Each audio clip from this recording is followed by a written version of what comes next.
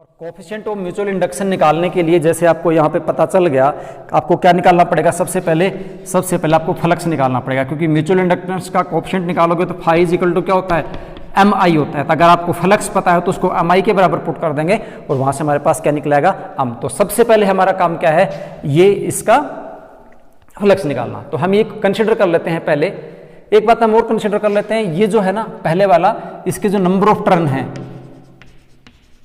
Number of turns इसके अंदर कितने मान लेते हैं, n1, और इसके जो नंबर ऑफ टर्न्स हैं,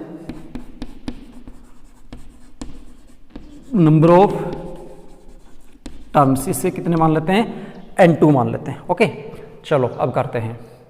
पहले हम ये मान के चलते हैं कि करंट I1 फ्लो करता है S1 में, तो I1 करंट S1 में फ्लो करेगा तो मैग्नेटिक फील्ड किस में होगा, मैग्नेटिक फील्ड तो इसी में पैदा होगा ना। हम ये कंसिडर कर लेते हैं, late I1 current flow in S1, तो मैग्नेटिक फील्ड कितना हो जाएगा, B1 is equal to, solenoid के एक्सिस के लॉन्ग मैग्नेटिक फील्ड कितना होता है, वो होता है B1 is equal to mu naught N I. B is equal to क्या होता है, mu naught N I, where N is the number of turn per unit length. N क्या होता है, एन होता है number of turn per unit length. तो इसको n1 लिख दूंगा, B1 की बात है तो, और करंट I1 है तो इसको I1 लिख दूंगा। और आपको पता है number of turn per unit length किसके बराबर होता है, इसको आप ऐसे भी लिख सकते हो ना, mu naught n1 I1 divided by L। Number of turn per unit length को हम क्या लिख सकते हैं, L लिख सकते हैं। Okay, this is the B1।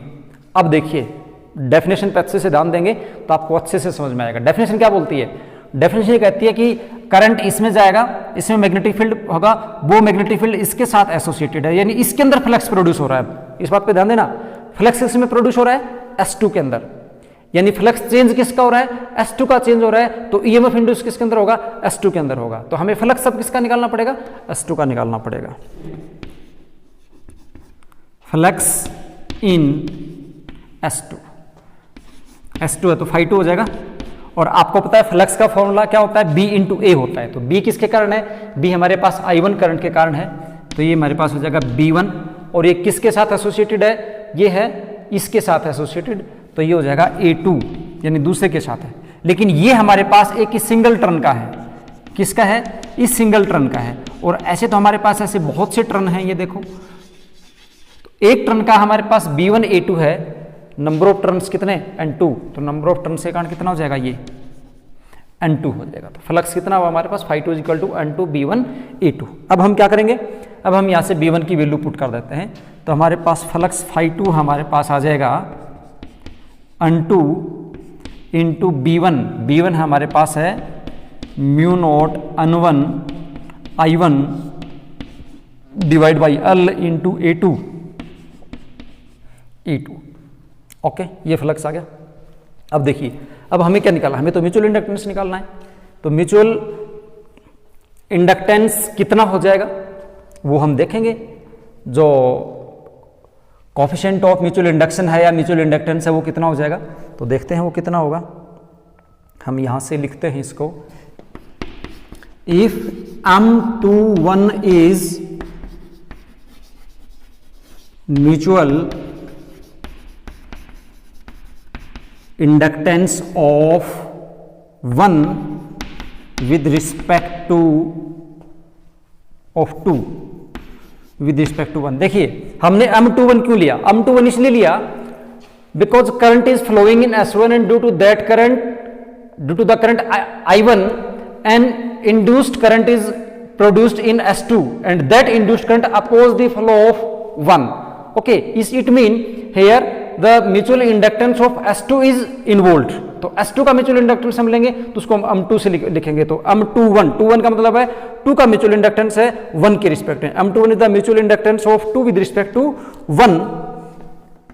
Then we can write that flux φ2 is equal to, हम लिख सकते हैं M21, और करंट एक्चुअली है कि कौन सा, करंट तो I1 है, क्योंकि ये इंडक्टेंस किसके कारण हुआ, I1 करंट के कारण हुआ, है ना, तो इसको हम लिखेंगे I1। तो आप ये से कंफ्यूज मत होना कि मैं phi2 करंट लिख रहा हूं तो यहाँ पे मैंने I1 क्यों लिखा। I1 इसलिए लिखा क्योंकि करंट फ्लो तो I1 हो रहा है ना, ये सारा काम कर कौन रहा है, ये I1 करंट कर रहा है। तो यहाँ पे phi2 किसके बाद होगा, M21 इंटू आई, क्योंकि यहाँ पे डेफिनेशन देखो जो फ्लक्स होता है वो M इंटू आई के बराबर होता है, यानी म्यूचुअल इंडक्टेंस इंटू किसके कारण होता है, करंट के कारण होता है। तो यहां से हम दोनों को कंपेयर कर देंगे, इसको और इसको।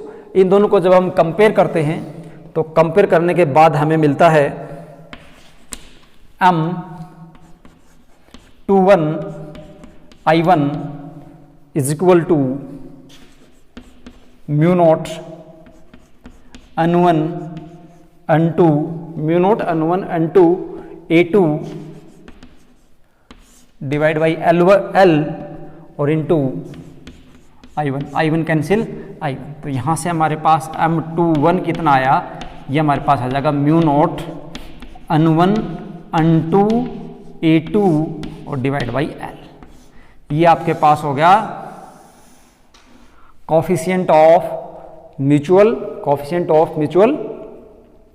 इंडक्शन। सिमिलरली आप ऐसे कर सकते हो, अगर आप करंट यहां कंसीडर करते हो, करंट किस में कंसीडर करते हो, इसमें कंसीडर करते हो, और इंडक्शन किस में हो रहा है, वो हो रहा है 1 के अंदर, तो आप लिख सकते हो M12 का मतलब क्या है, mutual inductance of 1 with respect to 2। अगर करंट 2 में जाएगा तो अपोजिशन कौन करेगा, 1 करेगा। M12 इज इक्वल टू आप लिखोगे तो आपके पास आएगा mu naught N1 N2 A2 divide by L। Similarly same है, इसी प्रोसेस से आप इसको भी ड्राइव कर सकते हो। ओके, तो ये आपके पास इस प्रकार से म्यूचुअल इंडक्शन निकाल लेंगे। अब हम म्यूचुअल इंडक्शन के ऊपर एक क्वेश्चन करते हैं।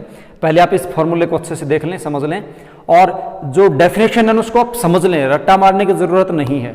क्या है कंसेप्ट समझेंगे, इसका की पॉइंट क्या है। की पॉइंट ये है, ये दो प्रकार से हमने दो सोलेनोइड ले रखे हैं, एक में करंट जा रहा है, दूसरे में करंट नहीं जा रहा है। तो उसमें क्या होगा, अगर मैं इसमें करंट पास करवाता हूं तो इसके करंट के कारण इसकी एक्सिस में मैग्नेटिक फील्ड होगा। वो मैग्नेटिक फील्ड दो के साथ एसोसिएटेड है क्योंकि ये दोनों कोएक्सियल हैं, एक्सिस कॉमन है दोनों की, ये कॉमन एक्सिस है, ये दोनों की एक्सिस क्या है, कॉमन है। तो इसका जो मैग्नेटिक फील्ड है वो इसके साथ भी एसोसिएट है, और इसके साथ एसोसिएट है मतलब इसके पर जो टर्न्स हैं, हर टर्न के साथ वो मैग्नेटिक फील्ड है, हर टर्न में फ्लक्स होगा, उस फ्लक्स के कारण ईएमएफ इंड्यूस होगा, ईएमएफ के कारण इसमें क्या होगा, करंट। इसका मतलब इसका करंट इसमें इंड्यूस हो जाता है। और ये एक बहुत ही इंपॉर्टेंट फिनोमिना है। इस फिनोमिना को यूज करते हुए हम एक डिवाइस भी बनाते हैं जिसका नाम है ट्रांसफॉर्मर,